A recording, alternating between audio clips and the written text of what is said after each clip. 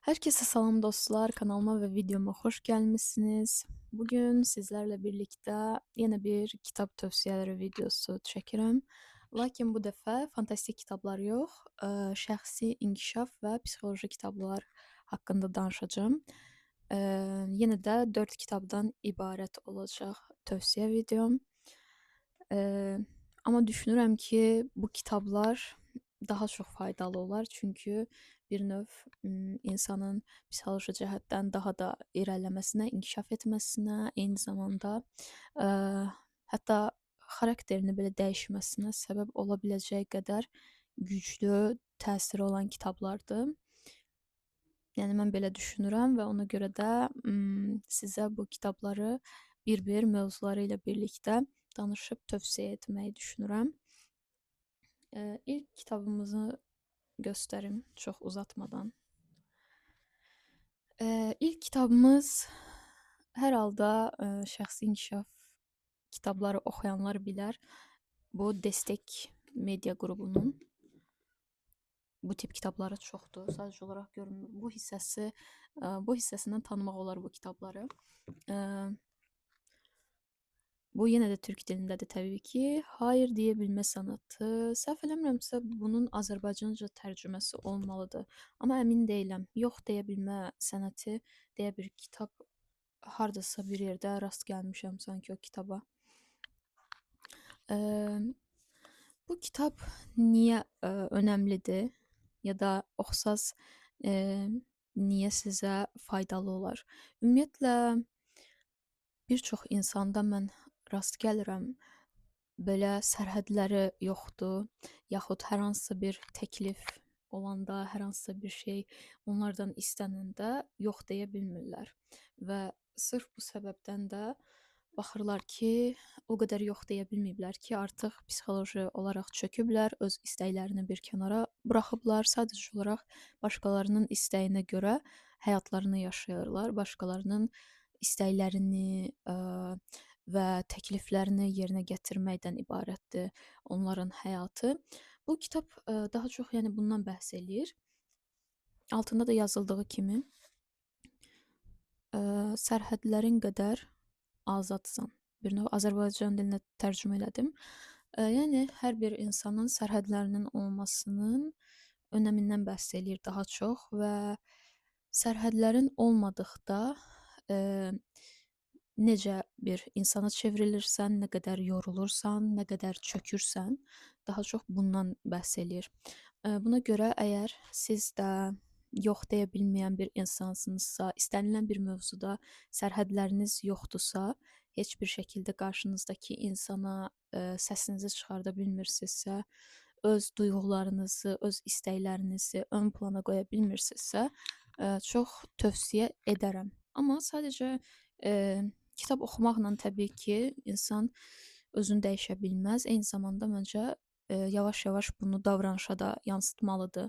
Cəsarəti olmalıdır ki, oxuduqdan sonra kitabı hər gün bir addım atsın bu mövzuda. Hər gün əgər istəmədiyi bir vəziyyətlə qarşılaşırsa, dost olsun, sevdiyi bir insan da ola bilər, yaxud sevmədiyi bir insan da ola bilər. Normal ona sakit bir şəkildə yox deyə bilsin. Ona etiraz edə bilsin və öz istəklərini əsas götürsün. Sırf bu cəhətdən çox yaxşı təsiri olduğunu düşündüyüm bir kitabdır. Ona görə tövsiyə eləmək istədim. Çox istəyərdim hər hansı bir alıntısını oxumaq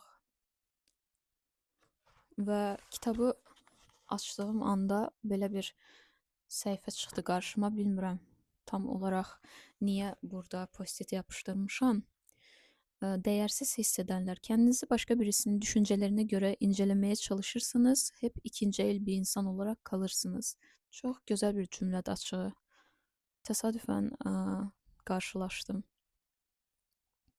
Yəni başqalarının eyni zamanda fikirlərini də önəmsəməməliyik. Başqalarının fikirlərini önəmsəyərək yaşasaq, həqiqətən də bir növ onların əli ilə, onların təsiri ilə, belə deyim, yaşamış olarıq. Bir növ hətta onlar bizi idarə eləyər, bizim yerimizə, həyatımızı yaşayar Düşünün məsələn, sadəcə bir cümlə qururlar və bu cümlə bizim bütün həyatımıza təsir eləyir. Bu nə demək olar? Yəni onlar bizim yerimizə bütün həyatımızı idarə eləyirlər. Bizim həyatımızı yaşayırlar. Heç ədalətli deyil və insan düşünəndə həqiqətən də hər şeyin fərqinə varır. Bir insanın bir cümləsi ilə bütün həyatım dəyişir. Dəyməz.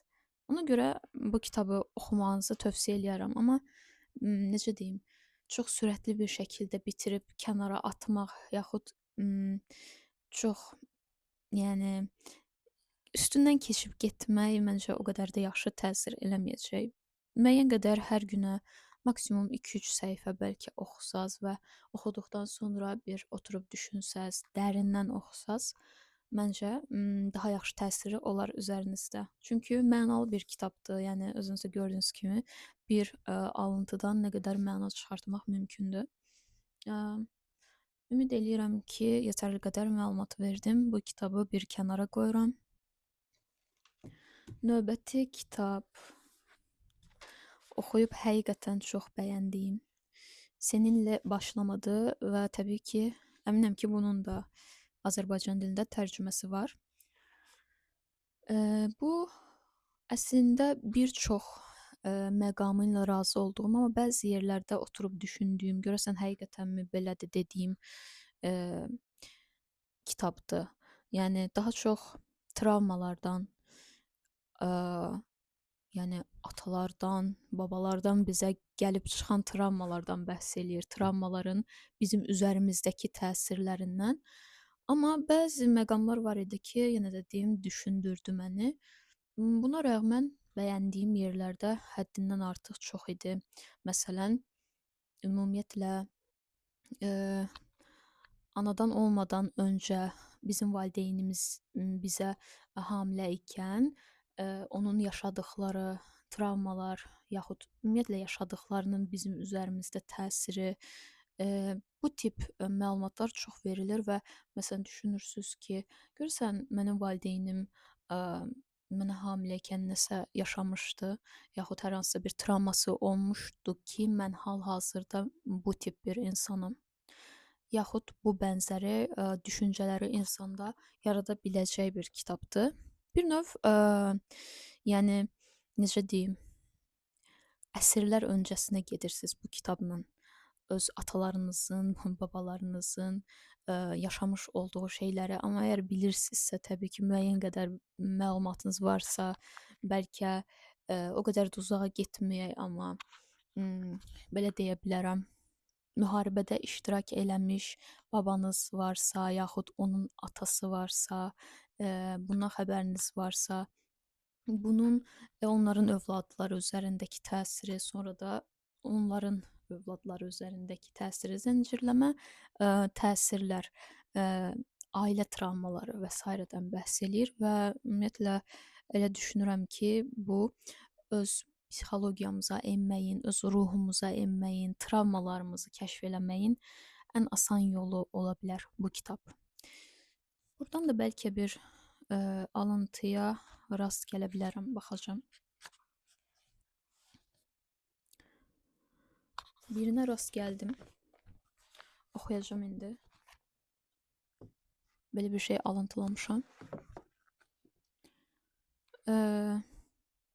Psikanalist Haynes annenin bebeğine bakarken gözlerindeki ışıltının çocuğun kendini kabul edilmiş ve onaylanmış hissetmesine aracı olduğunu ve sağlıklı bir şekilde gelişmesinin başlangıcı olduğunu açıklamıştır. Yəni belə bir mövzudan da bəhs eləyir. Ananın öz uşağına olan yanaşmaları nə qədər uşağı dəyişə bilər və s. Bu tip məlumatları da olan dərin bir kitabdır. Və bu kitabı da həqiqətən tövsiyə eləyərəm. Öz travmalarınızı kəşf edə bilərsiniz. Bəlkə terapiyə gedənlər var aranızda. Bununla birlikdə bəlkə terapistinizlə paylaşmaq istədiyiniz bir şeylər olar bu kitabı oxuduqdan sonra. Buna görə faydalı ola biləcəyini düşündüyüm bir kitabdır. Bir sonraki kitaba tam olaraq psixoloji bir kitab deməzdim. Daha çox belə mənalı, insanı özünə gətirə biləcəyi bir kitabdır. Din, Allahla bağ və sairə yönümlü, bu barədə çox cümlələri olan bir kitabdır. Eee, Huzeyfə Mücahid Osmanoğlu'nun Kalbin Basırın Dengi Deyil kitabı. Imm, Üstündə də yazıb ki, eyni zamanda gönül bağını arşa bağlayanlara hayalleri için dünya dar. Mən daha çox necə deyim, dərin mənalı kitabları çox sevdiyim üçün bu kitabın da bir alıntısını hər zamanki kimi mən Nəzrin Instagramda görüb çəkinmişdim və bütün kitabı oxumaq üçün həvəsləndim, getdim aldım. Bəlkə də 1-2 gün ərzində bitirdim. Yəni bu kitabı çoxdan oxumuşam, amma xatırlayıram. O qədər məndə dərin yeri var bu kitabın. Daha çox yenə də deyirəm, çətinliklərlə qarşılaşmış, pis niyyətli insanlarla qarşılaşmış, həyat imtahanlarından keçmiş, yorğun insanlara, yorğun qəlblərə toxuna biləcək bir kitabdır bu. Eee, Belə də ki, bundan bir alıntı qarşıma çıxsa, bir dənə alıntı ilə qarşılaşdım yenə. Hər kitabdan bir alıntı deyirəm ki, bəlkə sizə təsir eləyər, bəlkə xoşunuza gələr və bu şəkildə oxuyarsınız.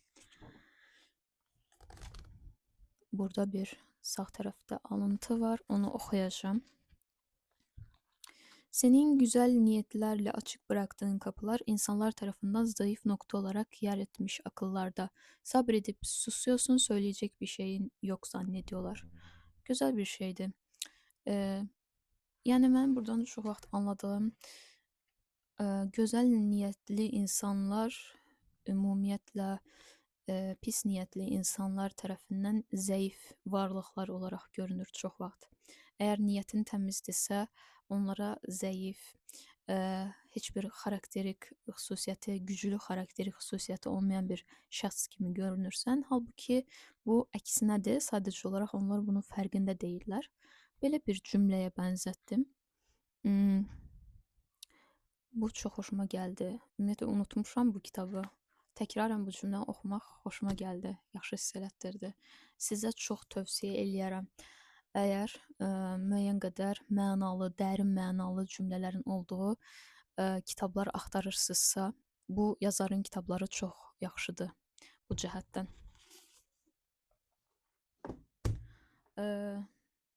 Dördüncü kitaba da keçək və videomuz sonlanmağa doğru gedir.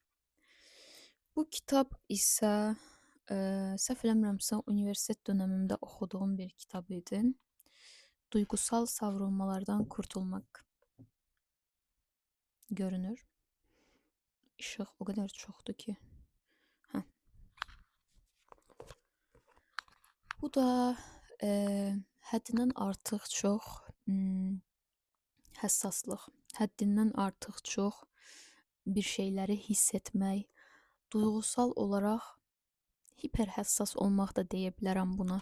Belə bir insan olmaq və bunun çətinliklərindən bəhs eləyir və necə deyim, məsələn, normal bir insan götürək, o qədər də həssas olmayan, normal olaraq hər hansısa bir baş verən pis bir hadisəyə üzülər, narahat olar, kədərlənir, amma bir müddət sonra bunu aşar. Amma həddindən artıq çox həssas olan bir insan özü ilə bağlı olsun olmasın, fərqli bir insanın da başına pis bir hadisə gəldikdə onu həddindən artıq çox böyük bir şey olaraq görür. Ona həddindən artıq çox həssas biri kimi yanaşır və necə deyim, bir gün ərzində duyğusal olaraq çökür. Əgər siz də duyğularını ən dibdə yaşayan və bu səbəbdən də anidən çökmüş kimi, anidən yorğun düşmüş kimi hiss eləyən bir insansızsa əgər, bu kitabı tövsiyə eləyərəm və eyni zamanda sizə duyğularınızı necə idarə edəcəyinizi, necə bu tip hallar qarşısında maksimum sakit qala biləcəyinizi öyrədir. Açığı mən bu kitabı oxuyandan sonra düşündüm ki, bəlkə də üstümdə o qədər də təsiri yoxdur, amma bir müddət sonra hər hansısa bir hadisə qarşısında verdiyim reaksiyadan başa düşdüm ki, həqiqətən bu oxuduğum kitab mənə yaxşı təsir eləyib. Buradan da bir alıntı tapsam oxuyacağım. Əgər tapsam. Aha. Yenə tapdım, oxuyuram. Cümlə deyəsən həddindən artıq çox uzundur. Duygusal mekanizmanız devreye girince doğal olarak iç sesiniz duygularınız hakkında düşünceler üretecek ve bu düşüncelerin bazıları o anın duygusuna bağlanacaktır. Duygu stratejisi üzerinde çalışmakta olan birçok hisseden hatırlamalıdır ki herhangi bir duyguya dayalı bir yapışkan düşünce gerçeklikle aynı değildir. Sizi tanımlamaz ve eylemlerinizi yönlendirmek zorunda değildir. Hı hı. Ümumiyyətlə, bəzi düşüncələr var ki, insan o düşüncələr beynindən keçəndə ə, onlara inanmamalıdır. Ümumiyyətlə, çox ümumiyyətlə deyirəm bu aralar. Psixologiya kursuna da gedən bir insan olaraq ə, sırf bu düşüncələr haqqında da bir dərs keçdik biz və İnsan hər düşündüyünə inanmamalıdır. Hər düşündüyü onu yansıtmır. Hər düşündüyü sırf həqiqətən də onun içindən gələn o düşüncə deyil. Bəzən düşüncələriniz sizin yəni ruhunuzun dərinliyində yatan hər hansı bir tozlanmış bir duyğunu ortaya çıxarmaq üçün də ə, sizin beyninizdə özünü göstərə bilər, yaxud hər hansı bir travmanın nəticəsi ola bilər. Buna sırf bu düşüncə görəsən məni yansıdır, yaxud mən bu düşüncəni öz beynimdə keçirdə biləcək qədər pis bir insanam mı görəsən? Belə bu tip sualları özümüzə verdiyimiz bəzi düşüncələrlə qarşılaşa bilirik bəzən beynimizdə, amma hər düşüncə gerçəyi yansıtmır. Daha çox səhv eləmirəmsə bunu demək istəyir. Duyğularla birlikdə həqiqətən də düşüncələr bir araya gəldikdə insan məntiqli düşünə bilmir. Beynindən keçdiyi hər düşüncəni gerçək olaraq qəbul eləyir və bu da insanda təşviş yaradır. Təşviş də yarandıqca insan bir paradoksa girir və düşüncələrini daha çox ciddiyə almağa başlayır. Halbuki bunun əvəzinə sakitləşmək, duyğularımızı qəbul eləmək və düşüncələrimizə daha dərindən yanaşmaq lazımdır. Bu düşüncənin həqiqətən mənə aid olub-olmadığını anladıqdan sonra buna görə hərəkət eləyə bilərəm.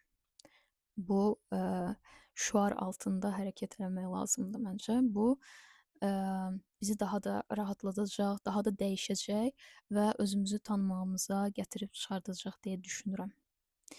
4 kitabı da bitirdim.